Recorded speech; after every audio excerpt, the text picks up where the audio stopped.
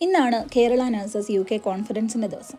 ഇത് മൂന്നാമത്തെ കോൺഫറൻസ് ആണ്. ഇത് നടന്നത് സ്റ്റാഫോർഡിൽ വെച്ചായിരുന്നു. അതുകൊണ്ട് തന്നെ ആതിഥേയരായിരുന്നതും ഞങ്ങളായിരുന്നു. ഈ ഒരു ദിവസത്തിൻ്റെ പിന്നിൽ ഒരുപാട് പേരുടെ പ്രയത്നവും ഉറക്കമില്ലാത്ത രാത്രികളും ആത്മവിശ്വാസവും ഒക്കെ ഉണ്ടായിരുന്നു. വലിയൊരു കമ്മിറ്റി തന്നെയാണ് ഇതിൻ്റെ പിന്നിൽ പ്രവർത്തിച്ചത്.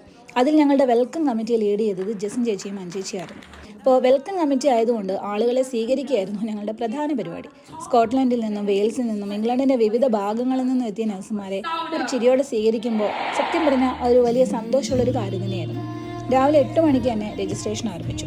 Parking support, registration, seating, food committee, event management, അങ്ങനെ ഒരുപാട് ടീമുകളുണ്ടായിരുന്നു. അതിനുശേഷം തുടങ്ങിയ സ്പീച്ചുകൾ, പിന്നെ കരിയർ സപ്പോർട്ട് സെക്ഷനുകളും ഒക്കെ വളരെയധികം പ്രചോദനം നൽകുന്ന തന്നെയായിരുന്നു. അതിനുശേഷമായിരുന്നു കലാപരിപാടികൾ.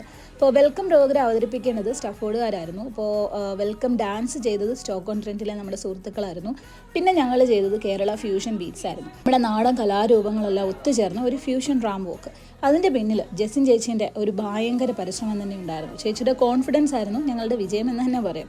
അതിലേറ്റവും വലിയ പ്രത്യേകത എന്താണെന്നറിയാമോ? സ്റ്റേജിൽ ഒരുമിച്ച് നിന്ന പലരും അതിനു മുമ്പ് പരസ്പരം കണ്ടിട്ട് പോലും ഇല്ലാത്തവരായിരുന്നു.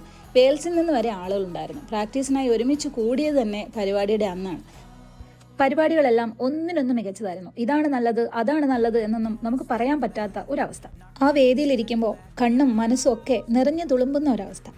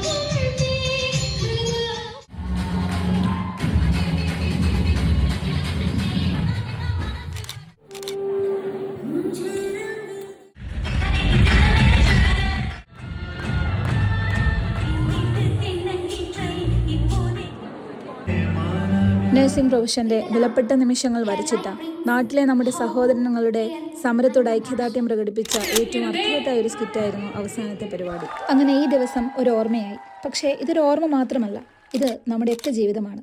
ഒന്നിച്ചു നിൽക്കുമെന്ന് ദൃഢപ്രതിജ്ഞ ചെയ്ത ഒരു കൂട്ടം മലയാളി നഴ്സുമാരുടെ.